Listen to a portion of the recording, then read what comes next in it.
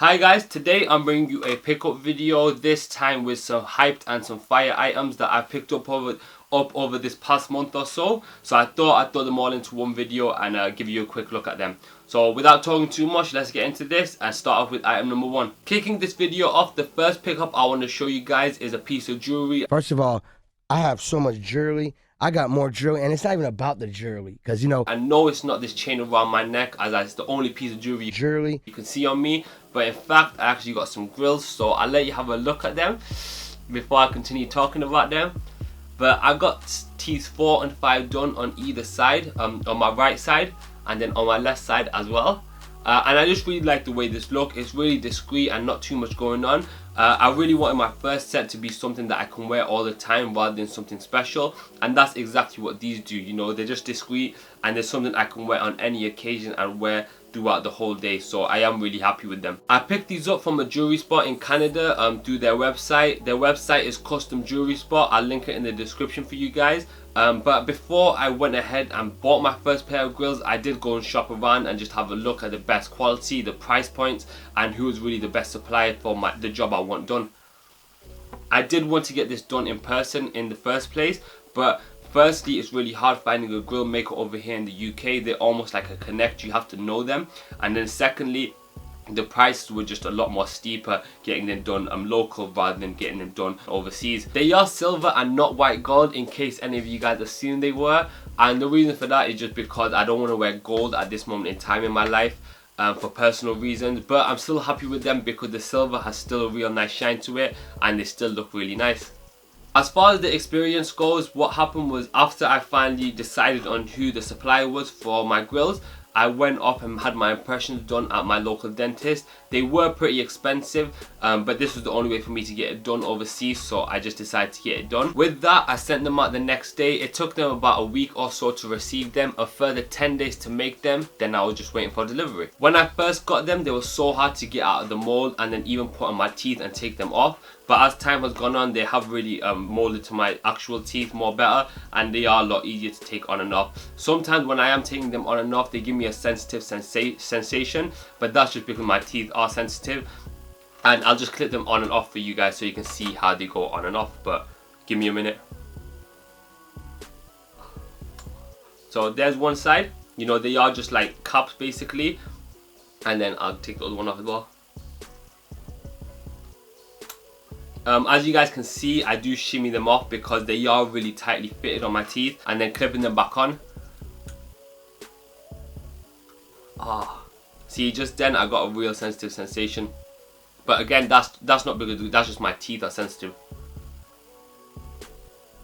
And there you go, good as new. But besides that, this is one of my favorite pickups ever, and I've always wanted Grillz, so it's nice to actually know I finally managed to get a pair, because I didn't think that I would actually ever own like a real grill, if you know what I'm saying, you know what I mean. When I was younger, like 14 or 15 in high school, I remember me and my friend, we got those fake Grillz, but we got those from like a website for like $20. And mine were like full yellow gold and they had yellow diamonds in them. They were so fire, but of course they were fake. But you can see that I was influenced with stuff like this from an early age. That's what I'm saying. Since getting a fake pair, I didn't think I'd end up actually getting a real pair, and I do plan to get more sets. This is just my first introduction to Grillz, being such a discreet and easy set. I'll pick up number one and let's get into this next one. This next item I want to show you guys is pretty self-explanatory, and I'm sure you guys will instantly recognize them. Now these are the Yeezy Boost 750s in the gum colorway.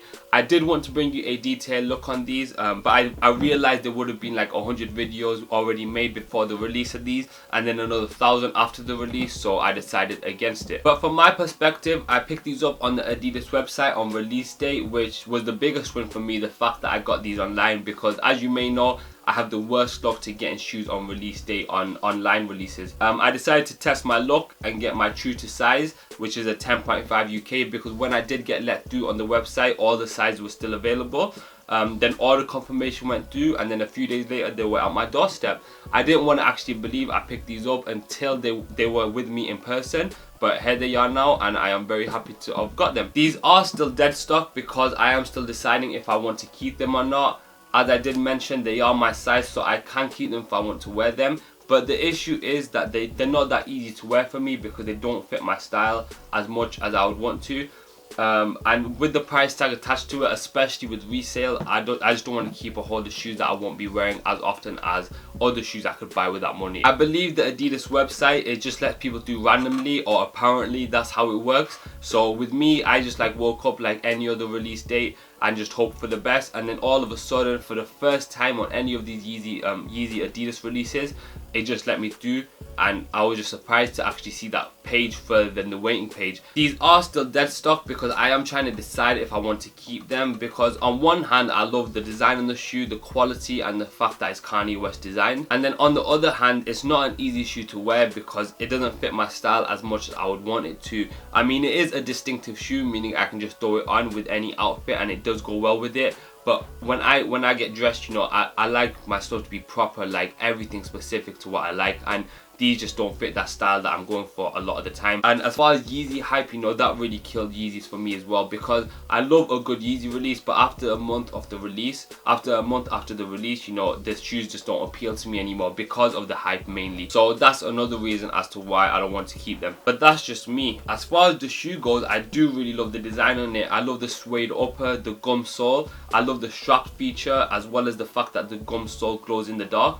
You know, it's just a great piece of design and quality on a sneaker. I've been able to admire the design from a first-hand perspective, so that's been really nice. I mean, getting to feel it and having a look at the details up close and personal rather than just getting online pictures. But we'll see what happens with them. But let's get into the next item, and this is an item that I will actually be wearing quite a lot, and that is the bread ones. So as you guys may know, these did get retroed again this past September of 2016, and since the rumors started around the April-May time, you know, I had to make sure that, you know, if these were really releasing, I had to make sure I got my pair for retail and on release date, which I did. This is my favorite sneaker of all time, and I feel it will hold that title for quite a while.